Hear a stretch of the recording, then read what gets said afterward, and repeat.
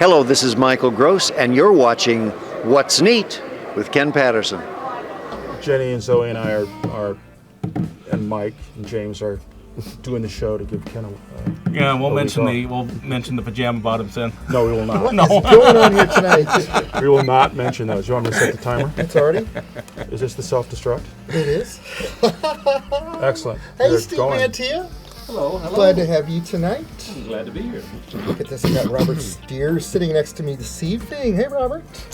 Hey. Can you How hear doing, yourself Ken? in your headphones? Yes, it's very loud. I'm going to have a Which one is hearing yours? injury on this one. Yeah, there's plenty of volume on these headphones here. All right.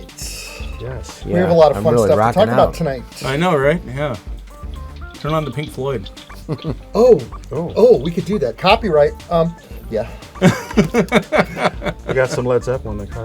Yeah, I'm I feeling- think we should light that bonfire tonight. It's out there begging to be lit, and it's is. not snowing yet Do tonight. you have the gasoline?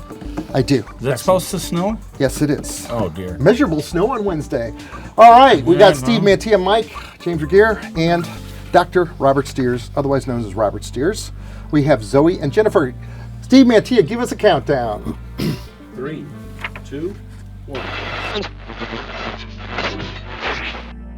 The What's Neat This Week video podcast is supported by enthusiastic model railroaders just like you. These are anyway.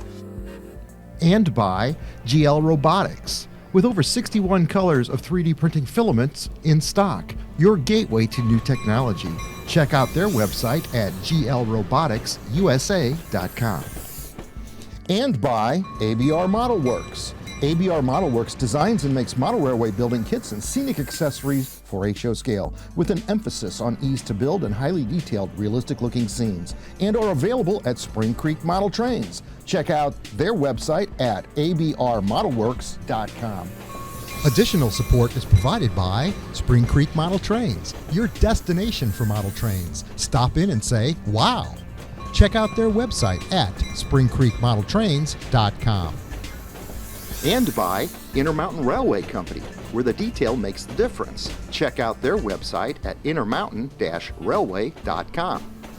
Additional support is provided by Yelsma Graphics, America's leading distributor of quality railroad art and embroidered clothing since 1985. Check out their website at yelsma.com. And by Roka Prototype Models. We make it real. Check out their website at www.rocamodels.com. Further support is provided by the NCE Corporation, the power of DCC. Visit their website at ncedcc.com. And thank you for supporting the What's Neat This Week podcast.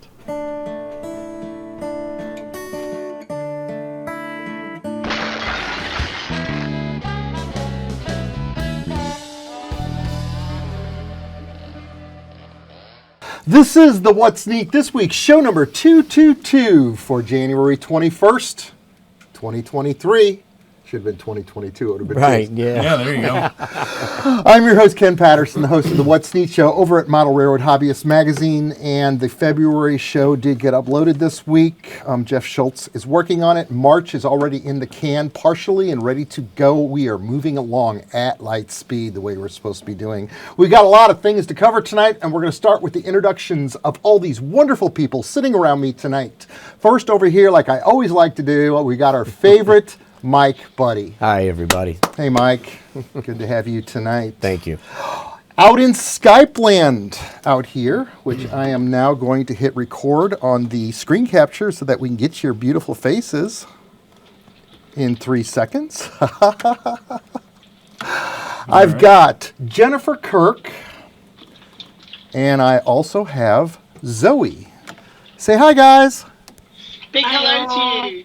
So great to be here. It's absolutely awesome to have both of you. Sitting right next to me, I've got Robert Stears. Ken, thanks. Pleasure to be here. We haven't had you here since July of 2021, as I recall, that RPM meet. That is true, and it's And that was- nice to be back at your beautiful home and be in the banks of the great Mississippi River again. She is flowing good this week. Right next to Robert, I've got my favorite Ivy League educated James Regier. Hi, everybody. Hey, James. Hey, James. Tonight we got a lot of neat stuff to talk about. First of all, Denny Yelsma said that I needed to give Robert a What's Neat This Week cap. Oh, my. Oh, my. Thank you. Can I wear it? Yes, you can. Oh, excellent. Let me take this off a second. Denny will be at the Amherst Show in West Springfield, Massachusetts on January 28th and 29th, selling his beautiful, beautiful jackets and all the wonderful things with stitching on them, and also handing out What's Neat hats to anybody that walks up to his booth and either says, I've seen you on What's Neat, or I love to watch What's Neat, and you'll get a free hat. So look forward to that. There are hundreds being stitched up and sent to that show so that all the people that do come up to him, they will last longer than 15 minutes as they did back at Train Fest. So that's good news. Our friends at Spring Creek Model Trains, you talked to Mike today. What a wonderful group of folks they are out there. They wanted me to mention that they are going to also be at the Amherst Show with their proto throttles, the special ones that have the red faces on them. And the Amherst Show is, again, like I said, on the 28th and 29th.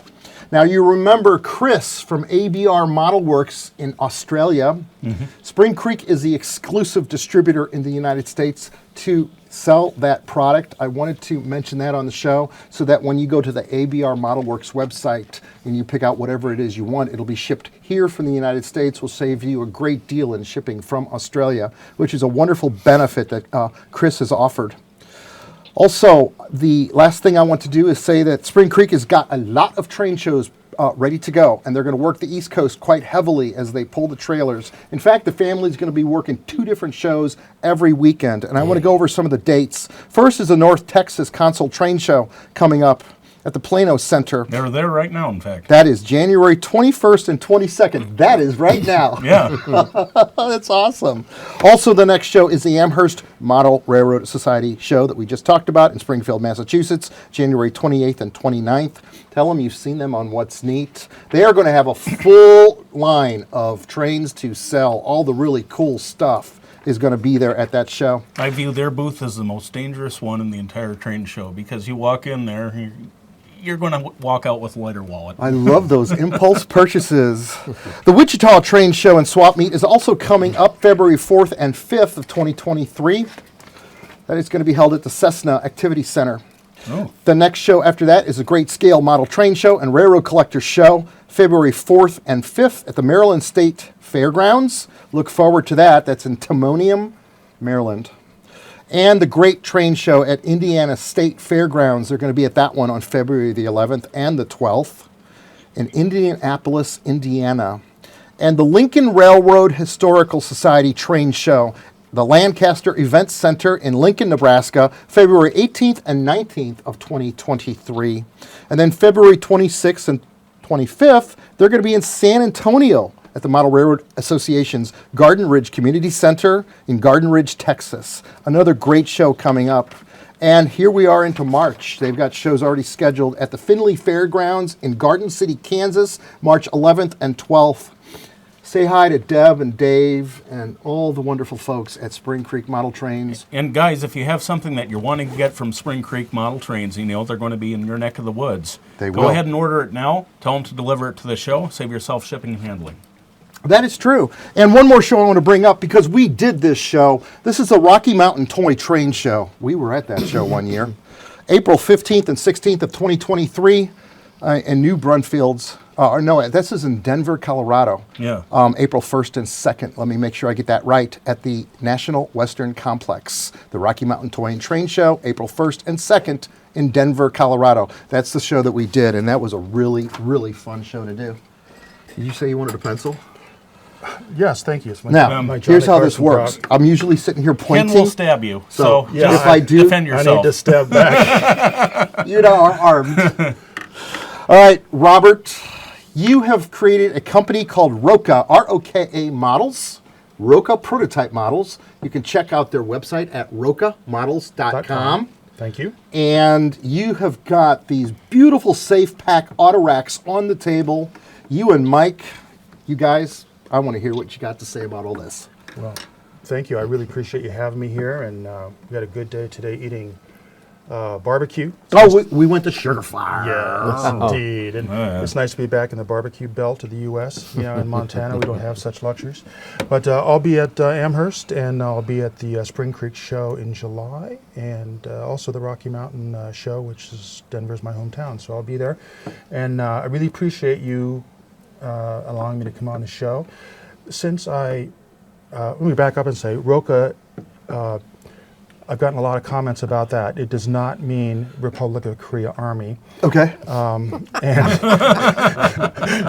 we have nothing to do with the Sunglass Company in Austin, Texas. It does, RO stands for Robert and KA stands for my wife, Karen. Okay. And we went through all these permutations and names, and finally we just said, look, let's just do this. So since we announced these have been selling briskly off our website. And a lot of questions have popped up about these. All these are 10 different railways that we have right now. Each railway, or railroad, pardon me, had at least 3 different versions. That is, versions of roofs and doors and different paint schemes. Of course, the railroads they didn't do them all at once, and they had these pooled in different places for overhead clearance considerations. And that means all the different versions. The other question that we have received is there's no way that these sides can be all plastic. They have to be etched brass or steel. So I brought a test shot. James, you want to maybe to demonstrate that these are 100% plastic. Like, I'm looking right at it, and it has the see-through holes. It's got every bit the see-through quality that photo etched would have, but it's 100% plastic. It's an all new technology you were explaining earlier. Yes, it is. The builder we used, we worked a lot with them to push the extremes on this, and they're quite proud of this technology, as are we. And it's very expensive, but it doesn't warp. It doesn't, the other problems that other models might have with the combination of plastic and photo etched isn't going to occur here. I shot this outside. Yeah, I held it up to the light. And you wouldn't have the same temperature change issues of two different materials on the same car. That is true. Temperature and like humidity, etc. Those don't matter. Yes. I brought some unpainted versions that Ken photographed for me today. I did. And I also brought a sample of the underlying flat car, which is a TTX flat car. These are cast metal, and then each of them was machined by the manufacturer, so that these all have NMRA standard weights. They all weigh 2.1 kilograms. Sorry, I live in a decimal world. I don't know what that is in pounds or ounces anymore, but that's something we can work out. That is true. But it's an interesting. It'll flash right across the bottom of your screen. In fact, I can see Ken working that magic right now. Yes, indeed. Anyway, I wanted to bring them all here and show them and talk about the technology that was unique, groundbreaking by any measure, and unfortunately expensive. But these, for our first model run for Roca, we want to do something special. We started this project in October 2019. COVID and all other stuff, but we persevered, and our builder was great.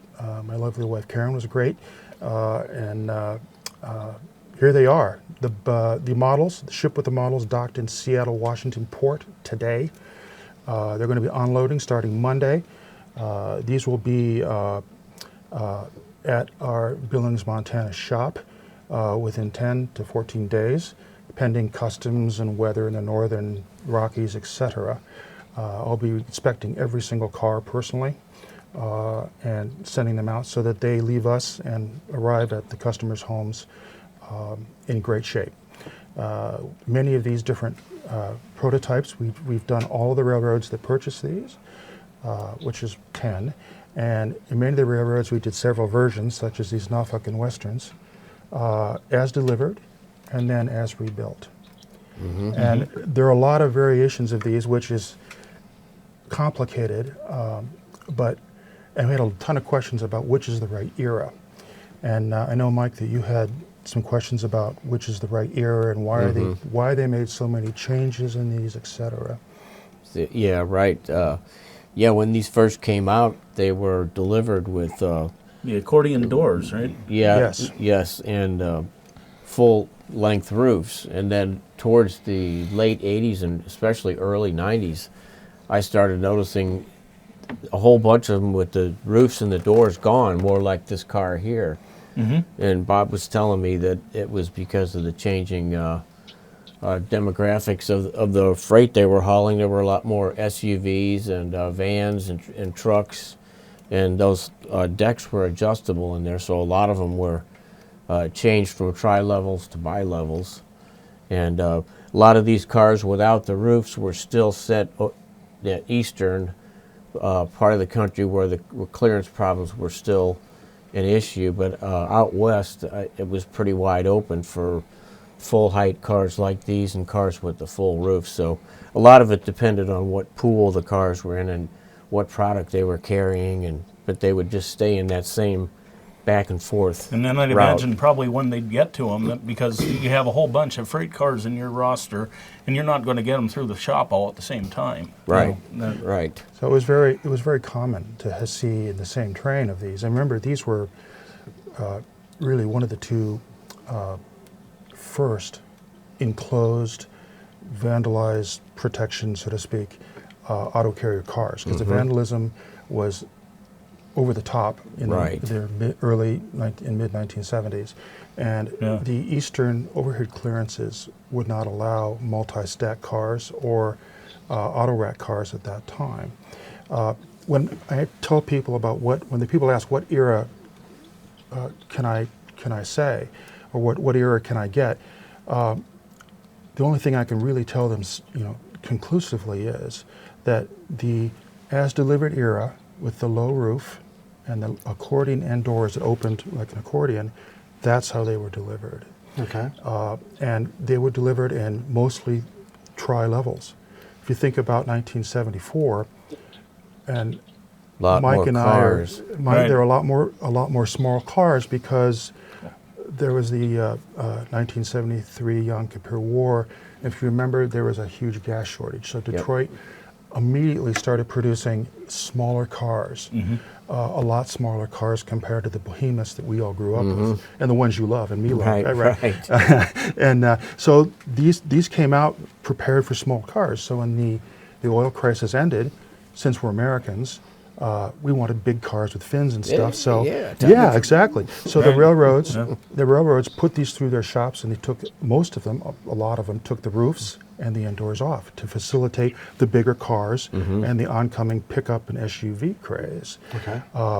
And then, as the East Coast, especially, overhead clearance issues were resolved, and the vandalism was increased because of the open tops and ends. Then the railroads pulled these back into the shops and put the higher roofs on and the so-called clamshell doors that open not like an accordion but swing open. Right. And remember that, James, as you were saying, they didn't do them all at once, but it really is, the design changes reflect the historical progress or degradation of the oil crisis and how Detroit was making cars, all combined with the eastern overhead clearance problems. So today it's common, all these auto carriers are enclosed cars because the overhead clearance has been resolved, and they're all set to carry small cars, but also trucks and SUVs. There's just so much, history built right in there that you can Yeah. you can really look at what was going on in the country as to how these cars changed to meet the needs of the American economy. Exactly. It was, the railroads reacted very quickly to if you remember, I know that, at least you may not, but all of us old guys remember the tremendous impact of gas going from 30 cents a gallon to Right. $1.50. It was like, Yeah. oh my gosh, in a week or something. Right. So that explains this. And the other thing is that the prototypes of these, the floors for a bi-level or tri-level, they could move the floors manually up and down. Yes. So they could change, say, I'm going to have the first two levels be small little compact cars and the upper level is going to be pickups. So they were always changing. And the other thing to remember is that half the time these ran empty. So that it was very prototypical to have a train with all of these empty or another train with alternate versions, with automobiles, trucks, SUVs in them. That accounts for the tremendous variability. And so when it's hard to describe that in a small soundbite to customers and interested people. Right. But it's really, besides the as delivered, you can bet your bottom dollar, so to speak, that each railroad had multiple versions running from the mid to late 70s through, we can show at least 2016. And indeed, a good friend of mine saw one of these Canadian Pacific ones in Kansas City about a month ago. So these are still running in Canada, and you'll probably see more of them in Kansas City as they head south. Now, you brought in Jenifer and Zoe because they are going to help promote these cars for your company in Europe and in the UK. Yeah, I admire Jenny and Zoe tremendously. They have a wonderful show on Mondays called the Monday Club, which really helps me get back to normal after a weekend. How about that? Yeah, it's you're the psychological cure that he needs, right, Jenifer? Yeah, and they have Absolutely. they do a great show modifying or evaluating models, showing their great models, and Jennifer's Weir Yard layout is like yours, spectacular. Look at this. Tell us about what you got going on there, Jenny. It's basically a marshalling yard, a big switching yard, and at the moment I've got a whole bunch of different trains going round just to have something interesting in the background. So there's one just going past me now, which it's a lovely model. It's we call it a Class 25. They're nicknamed Rats because they got everywhere on the UK system, so people call them Rats. And there's another one there, and then I've got a little Class 8 over there, which is Zoe's favourite. She loves those. Their nickname is Gronks. Oh, yeah. I remember tuning in one time for the Gronk special, and I learned all about what Gronks were. And They're just little switching locomotives, but they've those got of you kind of a really great character to them. those of you who grew up watching Thomas the Tank Engine, Diesel would be a Gronk.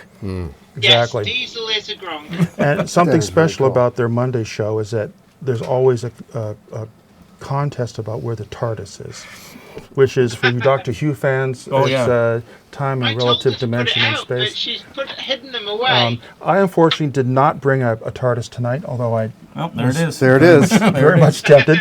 But But is that visible?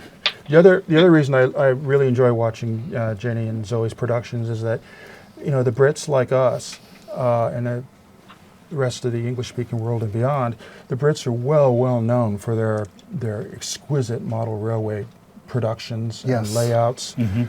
It's just amazing what our British cousins have done, and the number of hobby magazines and how popular model railroading is in the UK and Canada, Australia, New Zealand, etc.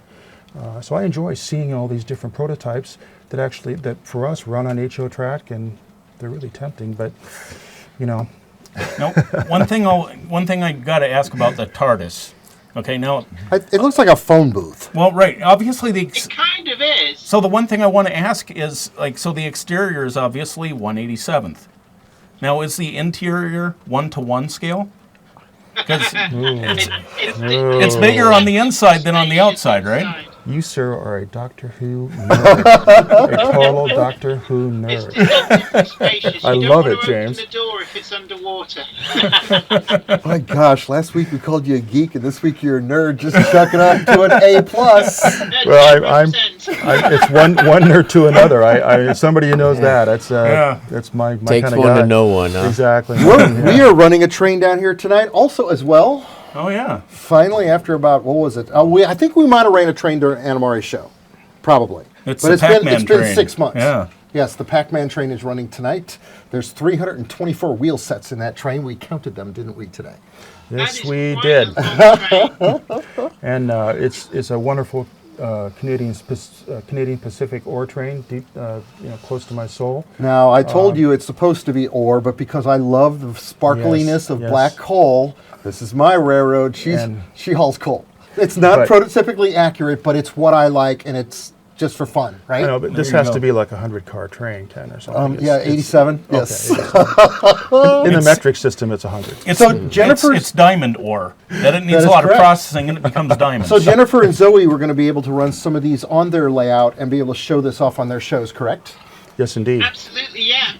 And And I've got some of the locos that I'll be using as well. So I've got an Alco PA and New York Central Niagara as well. So Perfect. They're ready and waiting, just waiting for them to clear customs, and they'll be running. Now, I've heard some rumors that in the next 12 months or maybe 6 months, we might be able to see them. I told you I want to give them a hug. yes, indeed. So something Yes, is in indeed. the works, and we're going to try to work that out. There you go. I can't talk to you about that right now, but Okay. we'll work on that. And it's sort of a behind-the-scenes special surprise. We're going to hopefully have Jenifer and Zoe Robinson Kirk over here. I love surprises. And to you have, guys are gonna love Holly. Yeah. She's and, cool. Maybe do some Absolutely. guest host some shows for you in some format. So we don't know yet, but we're working on that because we know that you could use a couple weeks on the beach. Oh my and God! I get to go on vacation for the first time in 12 or and 14 years. Choose your tropical I paradise. could watch the show There you from go. Florida or something. Yeah, that's right. Guys, I got the keys to the house. They're all yours. Please, Florida's good, but I was thinking Jamaica, Bahamas, Bali, Hawaii. I mean, something that you can really sink your teeth into. There Okay. you go. Okay. Okay. You're twisting his arm there. Now, I do notice, Jenny, that you're using that hammerhead there, that hammerhead throttle. Oh wow. Yeah, I actually on Ken's recommendation, I moved over to the NCE Power Cab, and I've never looked back. Yeah. That's because it Spectacular. works. It does. It's really easy to use. It's robust, and it's done everything that I possibly need. It's just been brilliant, absolutely brilliant. I have to ask one thing though. What? Is it foolproof? If I press all of these buttons, will it break everything? No. Yes, leave that alone. That's the longest she's ever let me hold the controls. You But may no, try. it's a great system. I can well recommend it. You will find that you spend more time running trains and less time pushing buttons with the great big LED screen that it's got. It makes programming super simple, makes switching switches on your layout readily accessible in your hand. And Jim Scorse has got some of the best customer service, and it's made in the USA. Not doubting that it could be made in the UK, but made in the USA is generally a good thing because it's easy to get service, it's easy to get parts. If anything ever goes wrong, they guarantee their equipment. Yeah. Absolutely. Can I put a little plug in there for Jenny and Zoe? Jenifer and Zoe also have 2 other shows on Wednesdays and Fridays, if I'm correct, as well as special announcement events, etc. But they are wonderful shows for electronic knuckleheads like me about for all sorts of electronic issues, the controllers, etc. But especially installing DCC units, which is Right. Oh, nice. which yeah. for me is like heart surgery or something. It's just over my head. And but they're very informative and really interesting and well done. Plus, I love their accents. I can't tell. Oh, you. I love their Yeah, accents. right. It's just Thank you so spectacular. much. We just sound like normal here. We're just like ordinary run-of-the-mill accents. Common as muck, as my mum would say. Actually, you guys, American accents to Brits sound Yeah. really cool because you all sound like you're on the Rockford Files or something. Rockford Files. That's wonderful. That really brings it back. Hey, Mike. That's why all the Yeah. infomercials in this country that you see on TV are done by Brits or Aussies because that accent really sells products because we think it's great to hear that. It works both ways. But we also think it's Yeah, posh. absolutely. Yeah. Yeah. Posh. It's Yes. posh. That's the thing. Like, no one wants to listen to the idiots they grew up with. Everyone wants to listen to that foreign accent. offense, Suddenly That's true. It is interesting. And anyway, I highly recommend Jenifer and Zoe's shows because for like I said, a knucklehead like me, electronics and stuff. You really break it down so that I can understand it, and hopefully someday actually try and put DCC into one of my locomotives without causing a huge mess. Oh, wow. Oh, my God, we got to incredible. introduce you to Daniel. Yeah. Yes, indeed. Hey, you can install it so that it smokes once. Just once. The white smoke of doom. Yeah. Yes, indeed. All right, Mike Budde, you brought some models tonight. I see them in boxes. What did you bring? Well, Bob Johnson, my friend at Masterbuilt Models, sent me some samples, and I just set a couple of them out, but I have more. I'll show them next week. The latest ones are a new trucks, GMC General, and an old Peterbilt. Now this one is like the one in Duel, the movie Duel. I don't know if you guys are familiar with that, but it's an old rusty Peterbilt, and I'll be probably making the trailer and the car from that movie There you go. sometime in my future. But then another new product they have is this Jeep, and it's very detailed, and it comes in 3 colors, and I'll bring those next time and show them. And, Oh, that's exciting. They're but beautiful. really, really nice vehicles from PCX, and there's some more stuff coming from European manufacturers, Mercury Marquis station wagon and 67, 68 Mustangs. So Perfect. some Oh, nice, Oh my gosh. nice American Put, cars. put a Yeah. lift kit in the back of that. And, Yeah. some slicks and yeah. So Oh, that's awesome. Mike, are you gonna put lights on these? I don't know. I'd love to have some, like maybe 1 or 2 lit up with fiber optics with the the clearance lights and stuff. I think that would really be cool. Oh, it just pop.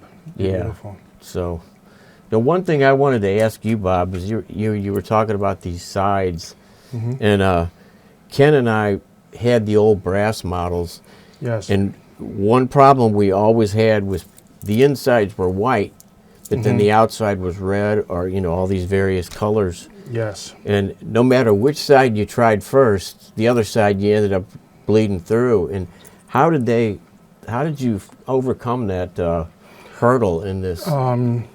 Well, thanks. That's a great question. First of all, they wouldn't tell me. Being a long-time scratch builder, all I can figure is that these were, what they would tell me is that these were all pre-painted, or they were painted prior to production. So what they did is they would paint the inside white and Yeah. then mask it. Wow. And then paint the And then outside paint the exterior, yeah. and paint the exterior, and then take the masking off and assemble them. Yeah. Which, if you can imagine the tedious of that, Yeah. the old Overland brass ones, which are spectacular models by any measure. They were so heavy. Right. They were, but they're spectacular. I know that some good friends have tried to paint those as constructed, Yeah, we did. and it's a task. Right. It's it called is. it's called lighter fluid. Well, yeah. Lighter fluid. Once the one side cured, and then you sprayed on the other side, the cured Yeah. side you could wipe up with lighter fluid, and it helped clean up that overspray. Right. That was the trick. Yeah. But the real trick was to paint the inside white first, and then paint the exterior color of the railroad, Right. so that all you had to do is clean up the white interior, inside, yeah. which then you couldn't see that the paint actually was still sort of inside the hole. Right. That was our trick to cover it up. Yeah. Yeah, that's a long weekend. We lived. I lived it. I lived it. I did the Santa Fe in brown. I did the UP's open top in yellows. My gosh! And it was Ed Dressel that had gotten me hooked on those Yeah. out there in Colorado.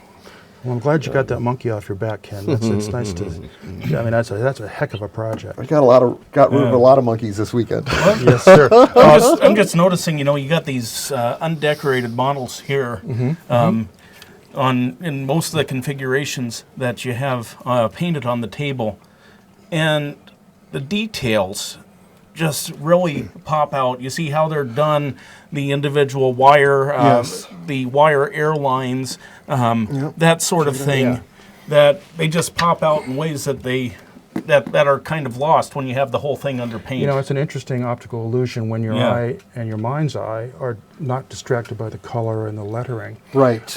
It allows you to see all the details, and Ken was very, very nice and helpful today, photographing these out Yes. in his backyard overlooking the mighty Mississippi. Yes, he woke up at 3, and I knew sun was going to be over at 3, so I was out there shooting at 2:15 just and don't- got them all done. Just don't say AM or PM. And 'cause I'm it was a showing long- them. I will show those.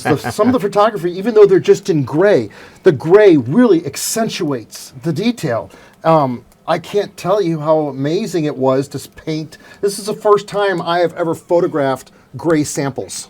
I mean, I've seen them in so many different manufacturers' ads before they got the pre-production painted models where they're just pre-announcing the gray samples. But the gray really, again, makes it even better during the manufacturing process, I'm sure, to make sure as they assemble these, they get it right. Right. Absolutely, and we spent a lot of time, both during and after COVID, with our manufacturer, sending us sample after sample after sample, and we kept saying, no, that's really nice, but the holes need to be smaller. Right. So these holes are, I'm sorry to go imperial on you, but the holes are 19 thousandths of an inch in diameter on the models. They're tiny.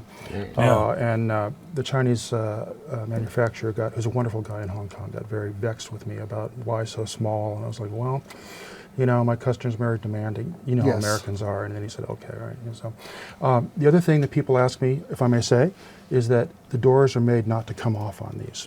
Okay. And they don't open on these. That would have added a lot of expense and more fragility to the models. Right. So, a lot of these versions, this is not the first run that's going to be coming. Okay. We have a second run in the works right now, which is anywhere from, depending on 1,000 different variables, as you know, 8 to 12 months away, which we will be having other variations of the same 10 railroads, color schemes, configurations or versions of them. So it's, not to fret if the version you want is not here. It may very well be coming in the future. But I do want to say, without any sales baloney, that on many of these versions, just in the month that they've been available, are almost 50% sold out. That's fantastic. Yeah. Now, the ones that just came in today that just landed, are they these same cars with different road numbers, or these same ones exactly? These are the actual production samples that they sent me about a month ago to bring specifically in Ken's show, because everybody in Hong Kong watches Ken's show. Yeah. So no, but these are they? They do. Wow. Hong Kong. Hong Kong. Hi, Hong Kong. But wow. Yeah, these are the actual production models. So. Oh my God! I have so much respect for y'all's talent over there. Yeah. Right? They're artisans. Well, I tell you, they are. It's probably no longer classified at this point, but when you were here last in 2021, we saw some of the early drawings for these cars, and we were supposed to say anything then, but I think the secret's out now. These are, those drawings got me pretty excited, and these are not a letdown after seeing those drawings. Like, these are every bit of those drawings and more. So, well, thank you. I may add the only one prototype that we're not able to introduce, but will be available in the second run for all of our Southern Pacific and Cotton Belt friends, are the Cotton Belt versions of these. The three that we can find, different versions.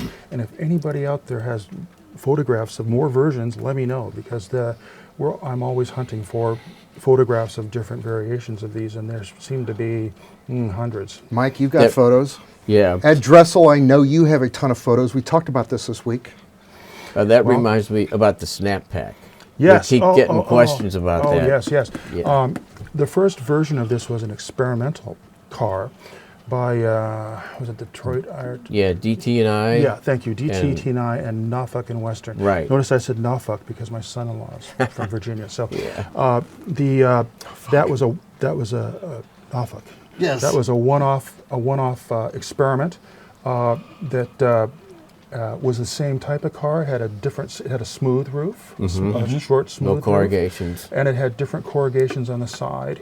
And I've had several customers and friends saying they don't care about those variations. Can I do decals they can just strip off this lettering, as easy to do, and generate some Snap Pack, and there's only one of them.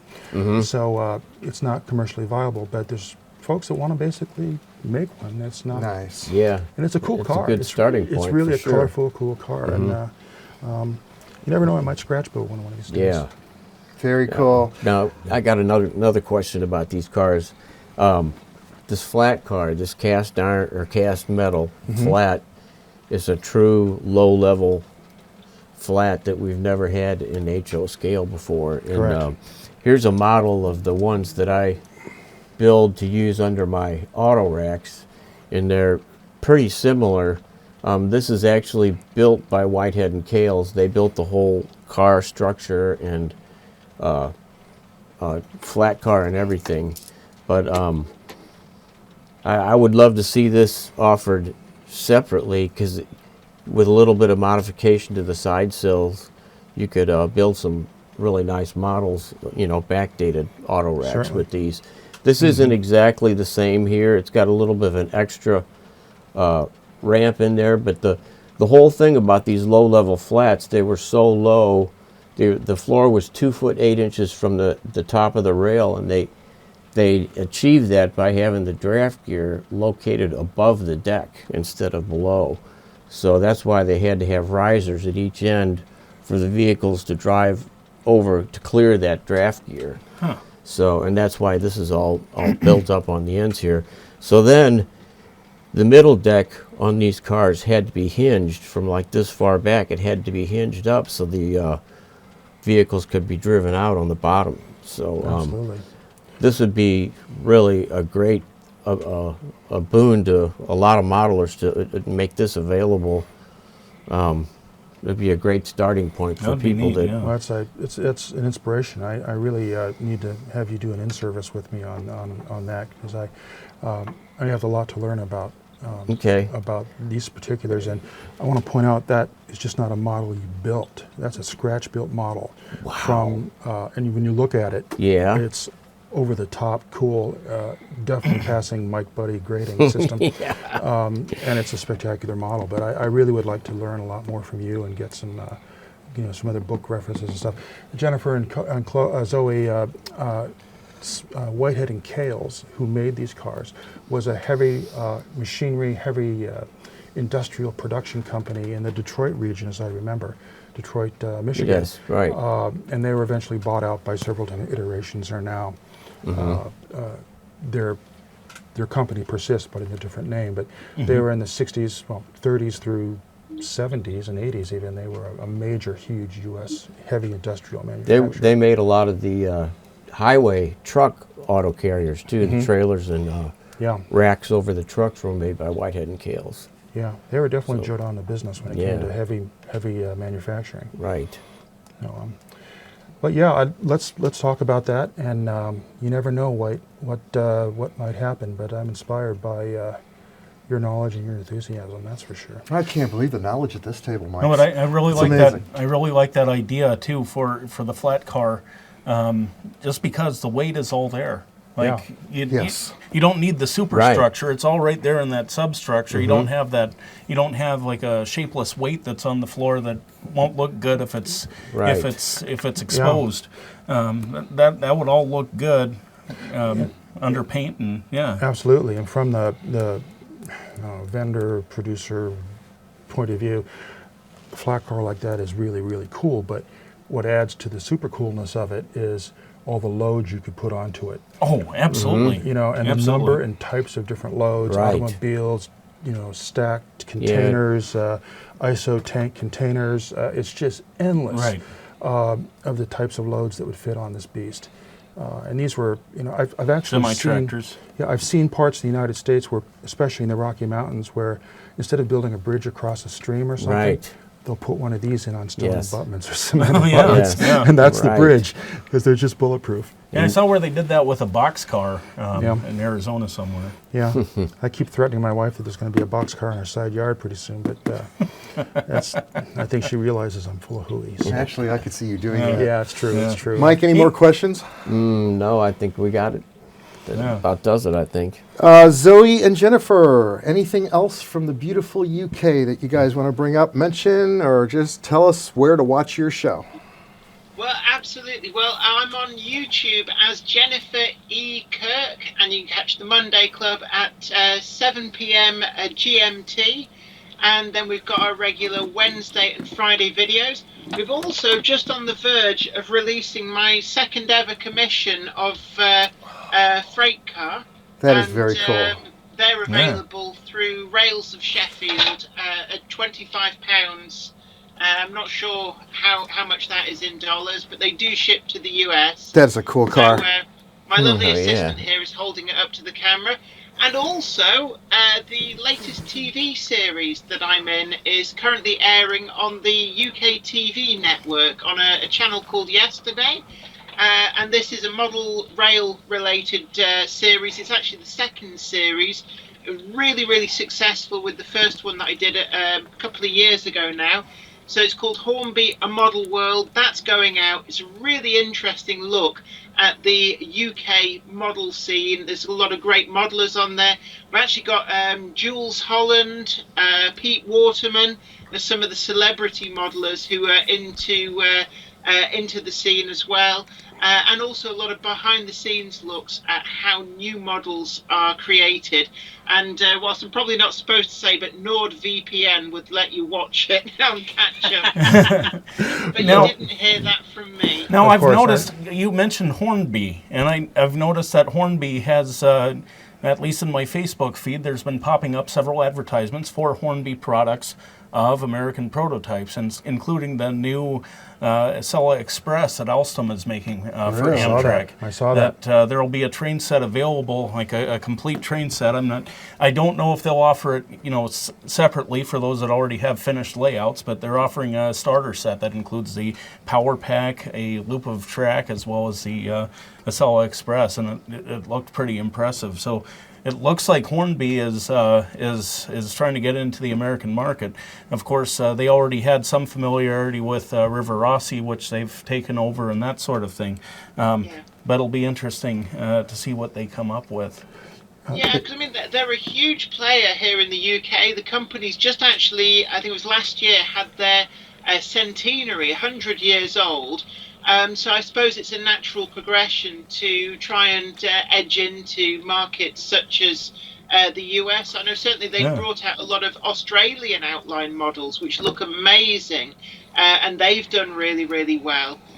So it's just great to see that they're expanding in that way. Something I've seen, Jenifer, and I won't go on and on, I promise, is that there are a lot of dedicated US HS scale modelers who, and a lot of dedicated UK modelers that the models also, they're a different scale, but they run on HO track, that those respective modeling communities, when the lights go off and the crowds leave, in here we pull out our British type locomotives and rolling stock, and you all pull out your North American outline rolling stock, and it's sort of it's a secret, and those go away when the sun comes up, and nobody. Well, it's like you see them here. I've got my NYC Niagara and my Alco PA in Union Pacific yellow and grey. And these come out to play when nobody's looking. One of these days, Ken, I'm going to get my Dwight D. Eisenhower A4 Pacific going around your layout there. I think that would look amazing. Yeah. As us British say, it looks smashing with some nice blood and custard coaches. Now, That is very cool. They sound very posh. one more thing I'd like to mention, Jenny, is I saw that you were coming on the show, so I brought this little case 25 horsepower traction engine model that I 3D print. I haven't done much with it. I've tweaked the resin a little bit, added a few details that we talked about last week. But Model Railroad Hobbyist has gotten kicked up for the month, so I've been editing with most of the time that I have.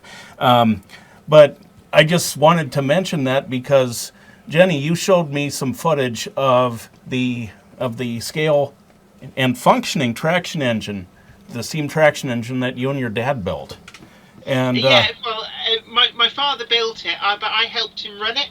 He's actually built several, but certainly in the UK, there's quite a healthy scene with vintage vehicle rallies, and a lot of these steam traction engines do turn up there running, and people make miniature versions. But I have seen there are some case steam tractors like the one that you made there actually in the UK, so we do occasionally see them, and that they are really, really a sight to behold when you see them working hard, and with a demonstration certainly where they hook them up to a saw bench, and you see the power in those machines as they just munch their way through full trees. That's way cool. Yeah. Well, anyway, I'm just hoping you'll send some of that footage of that model traction engine in action, just to run while we're talking about it. Yeah, no worries. We'll do that. We'll get that into a Dropbox link, and we'll get it straight over to you. James, can you cast That's me gonna be a awesome. HO scale Aston Martin DB5, 1965, perhaps convertible? British Yeah, maybe racing I could probably find it. Okay, I'll send you this. What a great time to be in this Sorry. hobby. It's due to having amazing manufacturers just like yourself, Robert, that brings great models to our layouts. Thank you very much for your endeavors, and I can't wait to see what you come out next. No, This it's is coming. This is the best hobby in the world with some of the best people in it sitting all around me and our viewers alike. Thank you very much, Steve Mantilla, for running camera for us. Zoe and Jenifer, thank you for being on tonight. Mike, thanks for those amazing questions. James, Robert, everybody, let's go run some trains. All right. Absolutely. Thank you. That's going to be a hard edit. You know why? Her actual screen capture hasn't got sound. I'm going to have to match her lips. That's going to be hard. I just realized that tonight. Can't we? Well, like clap a nothing to couple fix. times or do the. I mean, Oh, right. So do All you right. have our audio at all, or is it just what's? No, I've got your audio running through the soundboard. can't we? Right again. Can't we just dub in some? That's why I have two audio clips. I make sure I got backup audio, and that's what we're going to use tonight. Always a good idea. Always good to have backup. Let's do a nice Yeah. thumbnail shot right now. Steve Mantilla, thank you for running camera for us tonight. Everybody's going to look at the perspective cameras and smile. Ready? And we've got a Thank you. thumbnail. Keep camera one rolling as we roll credits. Good job, Robert. Thank you, Yes. Ken, James, you, Mike, James. everybody, good job. Mike. It's a pleasure. Thank you. Yeah, It's been great. and this is great. You all get to you all get some sleep because I know it's the middle of the night there, and Yeah, what time are we? We're about 3:10. 10 past 3 oh in the morning goodness. here. So it's well past last call, I'm sure, and so sleep in tomorrow. Or, Oh, don't worry, we will do. thank you very much for coming, and I really appreciate Thank it. you so much for inviting us. Yes, it's been a pleasure. Always a pleasure to be on, and thank you for having us. Well, All thank right. you. I will see you Monday, and I will keep my eye peeled for the TARDIS. I can never Very catch it fast enough. That's right. Never.